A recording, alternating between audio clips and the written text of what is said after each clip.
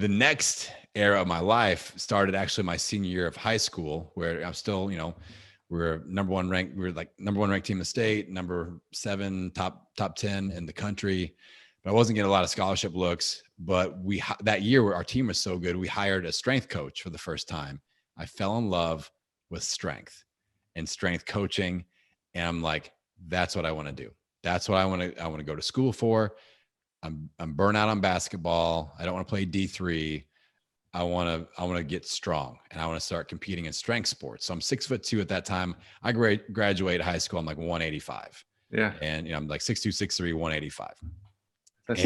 That's what I am now. Yeah. Barely 190. So I get hooked up with a strength coach, and I get strong as hell quick.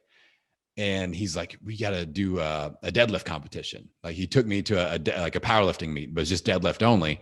I deadlift like 365 or something like that. But I was hooked because they had big ass trophies. And I was like, oh, this is cool, man. It's like an 18-year-old's dream. You get big trophies, you get to lift heavy weights, you get to be around older guys. They sneak you into the bar afterwards. It's all good. Yeah. So in college, I competed in powerlifting every year. I was on the Indiana University powerlifting club. There were like 3 of us, but every year I put on 20 to 25 pounds body weight, because I was always competing against guys that were like 5'5". Yeah. So I would go to nationals at 198 pounds. I placed second, but I would compete against somebody that's 5'5" and could bench press 400 pounds, and squat 600 pounds. I'm like, I can't compete with these guys. Yeah. So I got to gain weight, gain weight. And then I developed what I now realize as like an eating disorder, where I couldn't stop eating. By my senior year, I was almost 300 pounds. 2 years after I graduated high school, I got to 327 pounds. Wow. And like, I just became this bottomless pit, and I would kind of self-justify with like, I'm training hard, I'm really strong. At that point, I was also competing in Highland Games, throwing the caber. I was nationally ranked amateur Highland Games athlete and all this stuff, but super unhealthy, like body mass wise. So, but yeah, it was fun. Like, I loved being strong. I've always. So you're a big fan of the strongman competition, World Strong. Yeah, I'm a huge guy. I love that stuff too. Like, anybody named Magnus, I'm down with, like. Oh, I love it. I love it. Yeah. I mean, I used to, even growing up, I used to always watch it with my dad. It was that. And it was funny because I was talking to somebody this morning. It was that in Tour de France for some reason. My dad was obsessed with powerlifting and Tour de France. They don't even mix. I guess maybe in the steroid aspect, but they don't besides that, they don't really mix. Right. But Highland Games. And I went very much the same path, a little different path, where when I was 16 I was 16 years old, 15, 16, that summer, I spurted and I got 6'2", and I was 135 and I was skinny as fuck. And I just obsessed with putting on weight and training. And I joined the local gym, and I didn't know what I was doing. I had the Arnold Schwarzenegger encyclopedia I bought, and I would just go in there, and I still have it like this thick. Yeah. And I would just lift and lift and lift and lift and lift and lift and develop. And then eventually, when I was 18, 19, I have some pictures I'll send to you. I ended up doing a few bodybuilding competitions and all that stuff. And I realized how unhealthy that was.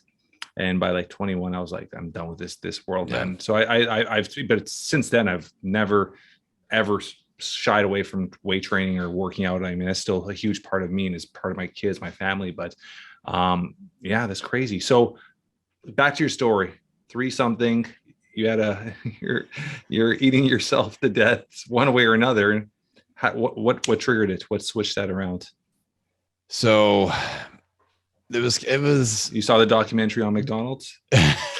I did see, Super Size Me eventually, but this was before that even.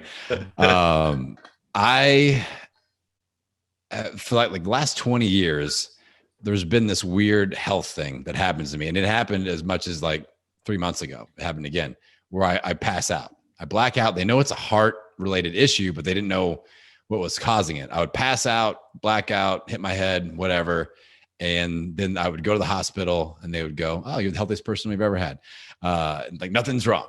So the first time this happened to me was I was 22.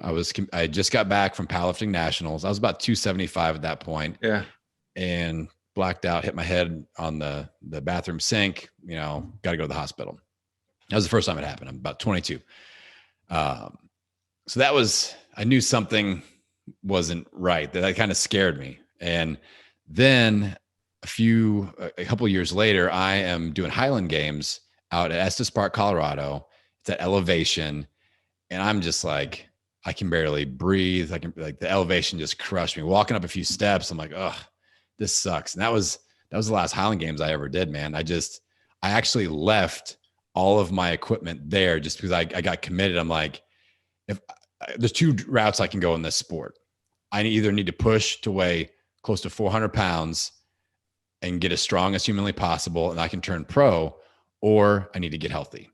And I was dating a woman that I was very serious with that eventually became my wife. And I was like, I'm making a choice here. I'm thinking the long game. Yeah. So I left all of my Highland Games equipment there in the hotel, and that was the last time I competed. I made a commitment to start getting healthy. And, over the next 5 years, I lost 100 pounds. And that's where the next leg of my life started,